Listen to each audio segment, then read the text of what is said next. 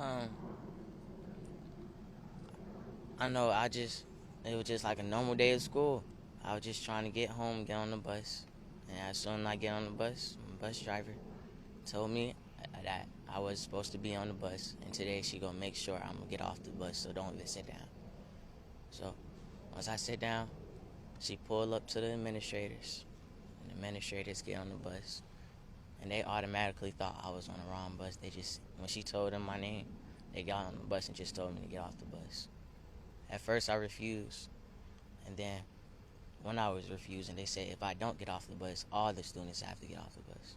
So once all the students got up off the bus, I got off the bus with the students.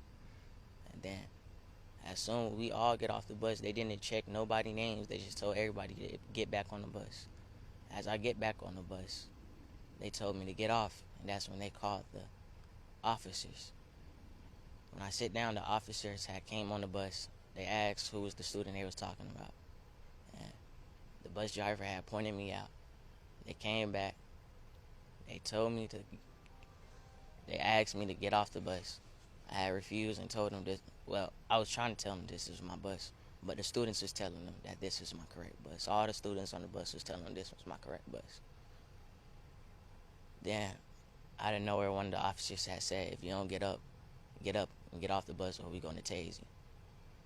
I said, I still refused to get off the bus. And that's when they tried to pull me and grab me. And when I got back up, when I had got back up, he had choked me, tried to choke me. Then he tased me.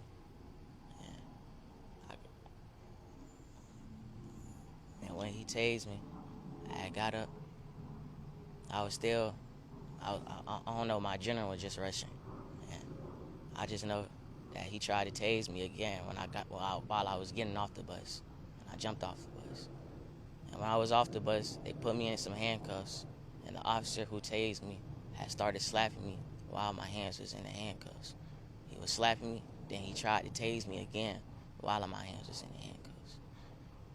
And that's when the administrators came back outside and tried to break it up. But he was already in the midst of slapping me.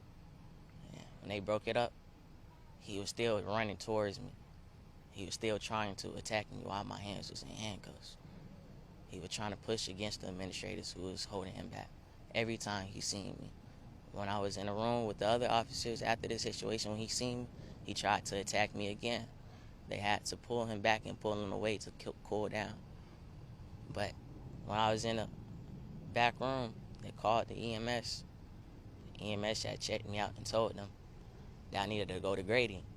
And they said, no, I'm not going to Grady. I'm going to Rice Street.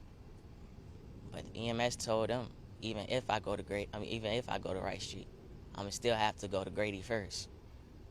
So they volunteered, the officers volunteered to take me to Grady, and I did not go to Grady that whole day. I went straight to a police station, and they held me in the police station until they had gave me a ticket and sent me back home to my mother. All right, so like I said, we want to put this in context. As you can see, that it was just not an incident that took place on a school bus. That's what we call an officer is rendering what we call gratuitous force. Force is not necessary. We don't believe the force on the school bus was necessary.